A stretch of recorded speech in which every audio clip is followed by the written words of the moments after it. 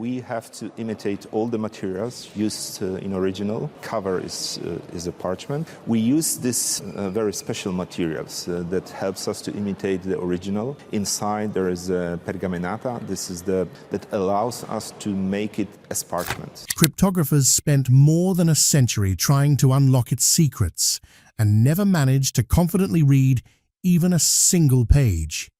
Even experts connected to the legendary code-breaking legacy of Alan Turing couldn't solve it.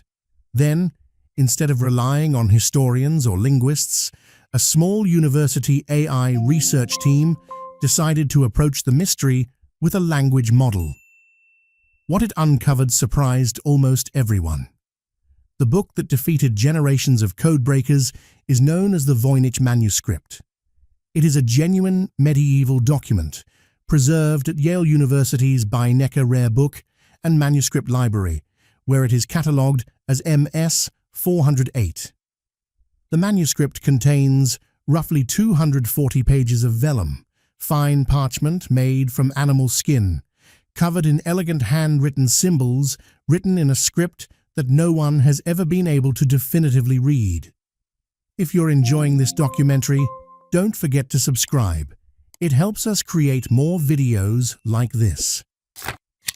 In 2009, scientists at the University of Arizona performed radiocarbon dating on 4 separate samples of the parchment.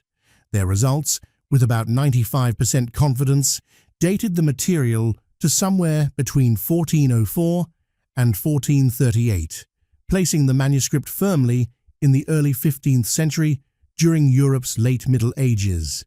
The illustrations are just as mysterious as the writing.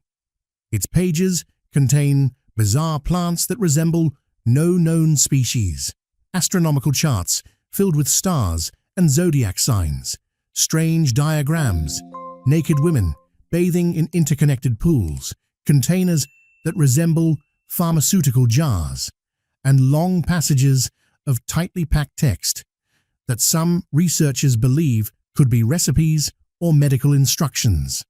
Since nobody has been able to understand the script, historians have divided the manuscript into roughly 6 sections, based entirely on its illustrations rather than its text. Those facts are widely accepted. The real controversy begins when anyone claims to know what the words actually say. That mystery eventually caught the attention of artificial intelligence. In January 2018, natural language processing researcher Greg Kondrak and his graduate student Bradley Hauer at the University of Alberta decided to try an entirely different approach. Rather than attempting to directly translate the unknown script, they first asked a simpler question: what language might it originally represent? To answer that, they trained an algorithm using the Universal Declaration of Human Rights, comparing translations in nearly 400 different languages with the statistical patterns found inside the Voynich Manuscript. At first, they suspected the underlying language might be Arabic, but after running the analysis, the AI pointed somewhere completely unexpected. The strongest statistical match was Hebrew. That result alone attracted considerable attention. The researchers then expanded the theory by suggesting the manuscript might use alphagrams, a system where the letters of each word are rearranged into a scrambled form, similar to an anagram. Armed with that idea, they attempted to reconstruct several passages. What happened next generated headlines around the world. Using their alphagram method alongside Google Translate, Kondrak and Hauer reported that they had successfully produced a readable sentence from the opening section of the manuscript. Their translated version read approximately, "She made recommendations to the priest, man of the house, and me and people." Although awkward, they argued that the sentence was grammatically valid and represented the first meaningful translation ever extracted from the manuscript. Kondrak described the result as a genuine breakthrough. News spread rapidly. Major media outlets, including Fox News, reported that the mysterious manuscript had finally been decoded.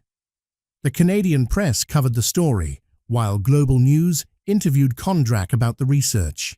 For a brief moment, it appeared that one of history's greatest unsolved mysteries had finally yielded to artificial intelligence.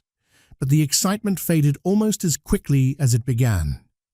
Once medieval historians and longtime Voynich researchers carefully examined the methods behind the translation, criticism arrived almost immediately.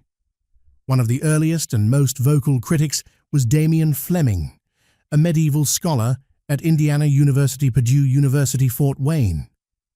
Within days of the announcement, Fleming publicly challenged the claims on social media. Interestingly, his criticism wasn't aimed at the AI's statistical language identification, which many experts considered a reasonable experiment.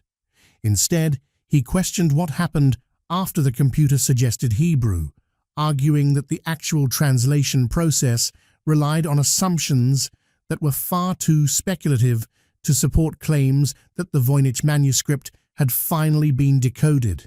The biggest criticism wasn't aimed at the AI's language detection. It focused on the final translation step. To interpret words that were potentially over 600 years old and already scrambled, the researchers relied on Google Translate, a tool designed for modern Hebrew. Many scholars argued that this approach simply wasn't reliable. Critics pointed out that no specialists in medieval or ancient Hebrew had verified whether the translated words actually made sense in their historical context. Even Greg Kondrak acknowledged that expert linguists would ultimately be needed before anyone could claim the manuscript had truly been deciphered. Longtime Voynich researchers also noted that this wasn't the first time someone had announced a breakthrough. Over the decades, dozens of supposed solutions had appeared, only to fade away when other experts failed to reproduce the results. Before we continue, if you're enjoying this documentary, don't forget to subscribe. We explore the world's greatest historical mysteries, hidden discoveries, and scientific breakthroughs every week. That familiar cycle, bold announcement, followed by rapid criticism, would repeat itself just 1 year later, only this time with even greater academic attention. In May 2019, the University of Bristol issued a press release claiming that one of its own researchers, Dr. Gerard Cheshire, had decoded the Voynich manuscript in just 2 weeks. Cheshire proposed that the manuscript was written in an extinct language he called Proto-Romance, which he described as an early spoken ancestor of modern Romance languages such as Italian and Spanish. According to his paper, published in the journal Romance Studies, the manuscript dealt primarily with women's health, herbal medicine, and therapeutic bathing. The story spread rapidly. Major news organizations, including CNN and the BBC, reported that another solution to the Voynich mystery had finally been found. But the celebration didn't last. The criticism arrived even faster than it had after the AI study.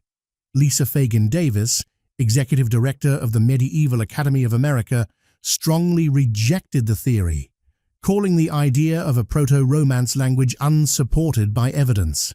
She explained that she had examined Cheshire's methods herself and found they couldn't be applied consistently. According to Davis, the letter substitutions were so subjective that researchers could manipulate them to produce almost any translation they wanted.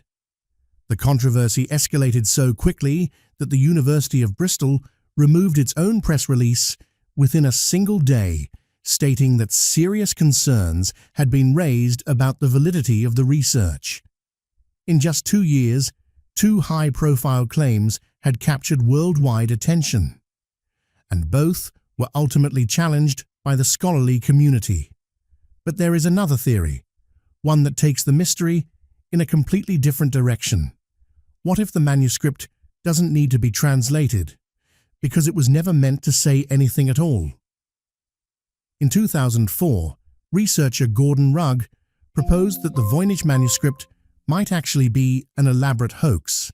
Instead of representing a real language, he suggested the strange text could have been generated mechanically using a device known as a cardan grill. This simple tool consists of a sheet with carefully placed openings. When laid over a table filled with prefixes, roots, and suffixes, it allows words to be assembled in combinations that appear surprisingly language-like, even if they carry no actual meaning. Rugg argued that the Voynich manuscript displays unusually regular word patterns that are difficult to explain through natural language but could result from a mechanical system like this. However, the theory faces one major obstacle. The cardan grill is traditionally credited to Girolamo Cardano around 1550, but radiocarbon dating places the manuscript's parchment between 1404 and 1438, more than a century earlier. To address this problem, Rugg suggested two possibilities. Either an earlier version of the technique existed, but was lost to history, or the manuscript was written decades later on unused sheets of much older parchment. Neither explanation has been proven, and that unresolved timeline remains one of the biggest weaknesses in the hoax theory. More importantly, there's another mystery hidden within the manuscript itself. Its words behave in many ways like a genuine human language, yet they don't completely match any language ever known. It's a puzzle that neither the AI translation theory nor the hoax explanation has fully solved. When researchers stopped trying to translate the manuscript and instead analyzed its structure, they discovered something unexpected. Using a mathematical concept called information entropy, which measures how predictable a piece of writing is, they found that the Voynich text behaves much more like a real language than random nonsense. Pure gibberish usually has very high entropy because it follows no consistent patterns. Human languages, on the other hand, are far more predictable. Certain letters, words, and grammatical structures appear again and again. Surprisingly, the Voynich manuscript falls much closer to real language than to meaningless random text. Its words also follow strict internal rules.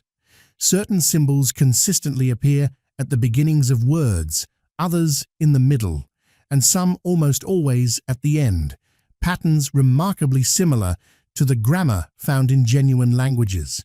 To many researchers, this suggests the manuscript contains a real, organized writing system waiting to be understood. But there's a twist. Ironically, Gordon Rugg's cardan grill theory can also produce similar statistical patterns through a purely mechanical process. In other words, both sides of the debate point to the same mathematical evidence, yet arrive at completely opposite conclusions. Some see proof of a hidden language, others see proof of an elaborate fake. The mystery doesn't end with the text itself. Even the manuscript's history is filled with uncertainty. The earliest known owner is believed to have been Holy Roman Emperor Rudolph II, who ruled between 1576 and 1612. According to a letter written years later, Rudolph supposedly paid 600 gold ducats, believing the manuscript had been written by the famous English philosopher Roger Bacon. But there's a problem. No surviving imperial financial records confirm that purchase. As a result, many historians consider the story possible, but far from proven. The manuscript is thought to have passed from Rudolph's collection to his court pharmacist, then to an alchemist named Georg Barres, who admitted he couldn't read it and sought help from the Jesuit scholar Athanasius Kircher in 1639. After Barres died, the book was inherited by Johannes Marcus Marci, who eventually mailed it to Kircher in 1665, along with the famous letter that still accompanies the manuscript today. Then, it disappeared. For nearly 200 years, the Voynich manuscript vanished from the historical record. It resurfaced only in 1912, when Polish rare book dealer Wilfrid Voynich discovered it inside a chest at the Villa Mondragone, a Jesuit college near Rome, and purchased it. Even Voynich's own account of how he found the manuscript contains small inconsistencies when compared with later descriptions written by his wife. Those details have fueled yet another theory. What if Wilfrid Voynich created the manuscript himself?